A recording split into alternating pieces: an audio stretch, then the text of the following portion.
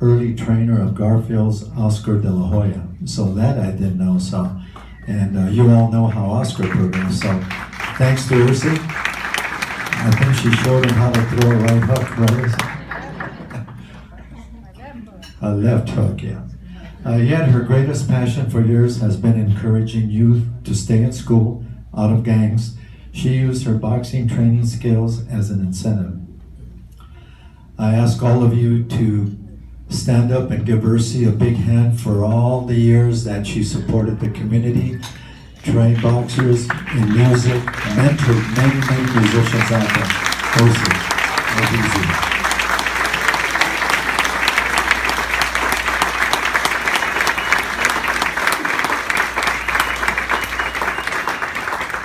Thank you so much. This is going to be a little hard for me. It's easier for me to sing than to be up here. But I'm proud, I'm very proud that I was elected as an inductee like Yolanda and the other 3 people. I'm just going to say a little bit how I grew up in East Los Angeles. I did go to Hamill School. I did go to Belvedere. And I graduated from Garfield.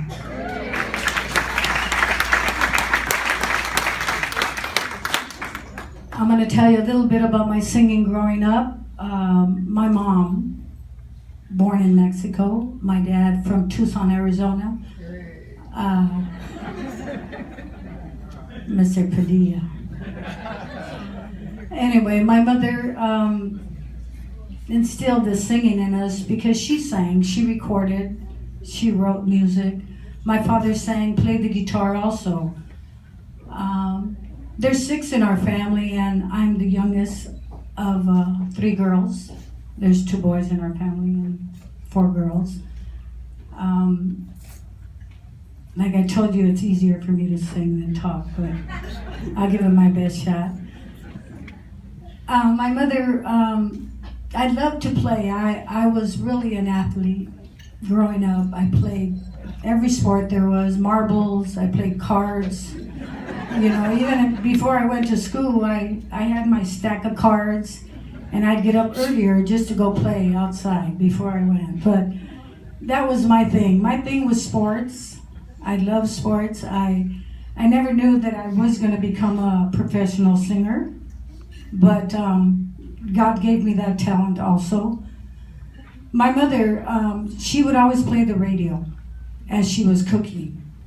And she always sang with the radio. And every day, the same songs would come out. Every day. So I would learn, I guess, a phrase of a song. So when I would come in from outside playing, to get a drink of water or something, then I would hum whatever she was singing. I would just hum it. And you're talking about, I was 5 years old at the time. So once she knew that we could tune, because I had the rest of my siblings, they also sang. But once she knew I could tune, then she would get us in an hour a day. And she would have us practice. And then she would take us to their parties, you know, like everybody parties, we all party with our friends. Well, that's what they did. So then we would have to get up and sing. And she would have each one of us, you know, do the songs she would teach us. I learned how to sing at 5 years old. She taught me how to play guitar at 6 years old. And they would go sing at the $1 Million. My mom and dad sang at the $1 Million.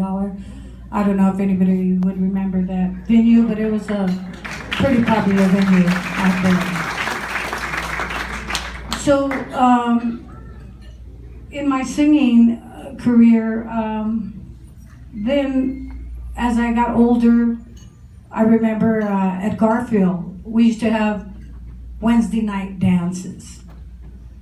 And I have a sister, Rosella, that sang also. And so she always wanted to sing, but my dad was so strict, and we were so young that he wouldn't allow us to go to the Wednesday dances. So the Blue Satins happened to be playing. at the Wednesday night. So they asked Rosella because they knew she sang. I was still young. I didn't care to go sing. I didn't care to go to the dances or nothing. But Rosella went. So that was the only way that she can go to a dance. So then there was a gentleman by the name of Billy Cardenas that heard her sing. And he asked her, "Do you have other sisters that sing?" And she said yes. So then we formed a group called The Sisters. It wasn't the Arvizu sister, it was just The Sisters. So it was my sister Mary and my sister Rosella and myself. So this gentleman happened to get us a contract with Delphi Records, and at that time Richie Vallen was in that recording label. So I was 13 years old and I didn't want to sing. All I wanted to do was play. And my mother would put these mermaid dresses on me and we'd sing the Big Union. We'd actually open up for Ike and Tina Turner. We'd actually open up for Stevie Wonder. And yet, I didn't want to sing. I wanted to play and play. But that's how I got my career. And then I joined Joe's band.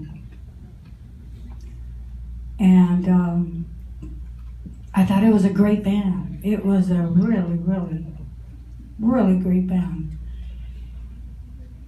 And I used to work, I don't know if people remember, but in East LA College, right in the corner, which is now Cesar Chavez and Atlantic, there used to be a photomat that was there. Well, I used to work at that photomat because at that time I was already going to college. I went to East LA, and this guy comes up and says, "I'll give you $3,000 if you go with my band." Whoa, $3,000 in that day was a lot of money.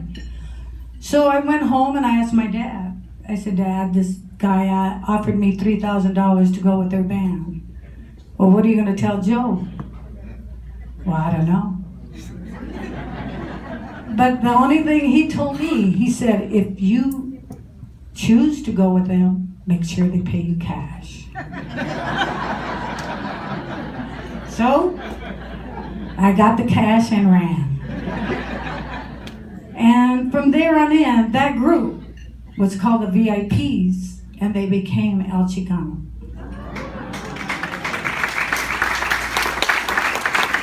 So that's how I went on to become a singer that I am today. And to this day, I still sing. And I'm happy, but I still like my sports. Anyway, I'll never forget this. I was at Garfield. One thing I do want to mention, I have a couple of teachers here from Garfield that they don't know that were my mentors.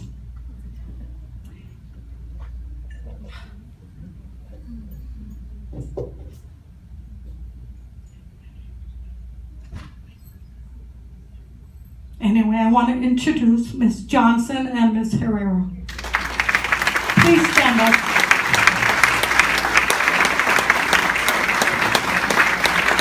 These were my high school teachers. Miss Johnson was my tennis teacher, and Miss Herrera would keep me in line. But they were great teachers. I learned a lot from them, a lot. And I remember when I always wanted to be a PE teacher. That's what I was going to college, or a policewoman. That's another thing.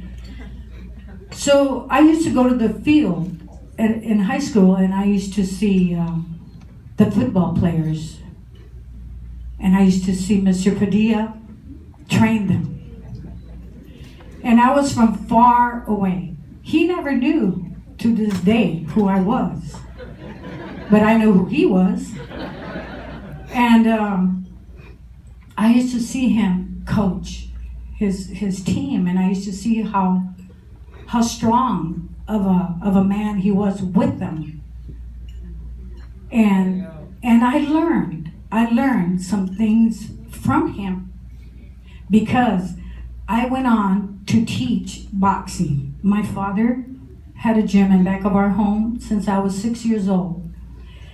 And he would not let me in the gym because it was a men's sport. So, and they walk around their shorts, so our bathroom there didn't have a door and stuff like that. So he would never allow me in when I was little. So what I did, I made 2 holes on the wall. I did. I made 2 holes on the wall where when he would leave the house from the back, he couldn't see me. So I made him on this side because he'd walk this way to go in the gym door. So I made 2 holes and I sat on a milk crate. And I made the holes just where the ring was because I loved to see them spar. That was my whole thing.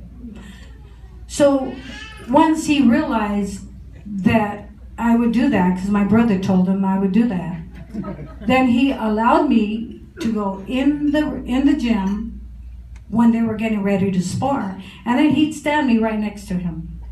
And he'd say, don't look that way, don't look that way, just look this way. And I did. I learned a lot from the boxing. I love boxing. I got to train with my dad after my mom passed away. I helped him because, he got sad, of course, like anybody would. I told him I'd go with him to the gym and work with the kids. So we used to work at a gym called Resurrection on Lorena and Whittier. And so Oscar de la Hoya came in at 7 years old. And his dad asked my dad if he would train him. And so we started training him.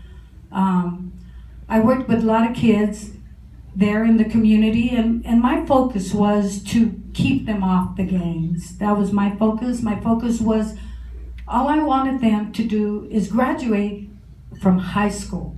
I wouldn't even talk to them about college because for me to get them to graduate from high school was hard enough for them, the kids that I had.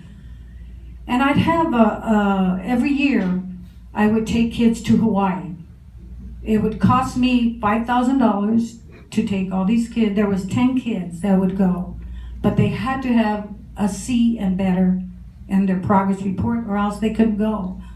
So I would take them, we'd raise the money. My band, whatever band I was with, they'd play for the tardeadas for us to make money and take the kids. And I took Oscar. And believe it or not, he was the only one that won of all the kids I took. But the kids were little. You're talking about 7 years old to 15 years old. Oscar was an exceptional fighter. The reason I would take the kids was to show them another life. If they ever were to get there, at least they could take their wife. If ever they got married, they'd see another part of the world. Where that was my thing for them. It wasn't so much to go participate, just to take them somewhere. So I would do that once a year.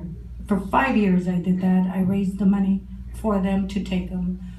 So to me, that was just an honor to do that for the kids and work with them. And what I learned from Mr. Padilla, because this was a man's sport that I was in, and that you have to be strong because they're going to want to get away with what they want to. But I learned from my dad too that my dad was a very firm guy. He just didn't put up with nothing like Mr. Padilla. I saw how he coached his team. He didn't put up with nothing. From far, I would see him do this, So little things that I learned in life from my dad, from Mr. Padilla, from Ms. Johnson, just made me the person that I am today. And I just want to, if I have anything to leave you with, a message, always to believe in yourself when you're training somebody. It doesn't matter if it's in music, if it's in boxing, if it's in football, if it's tennis. if you believe in what you're training your kids to be, I think that they come out the best. And that's what I want to leave you with. And thank you so much.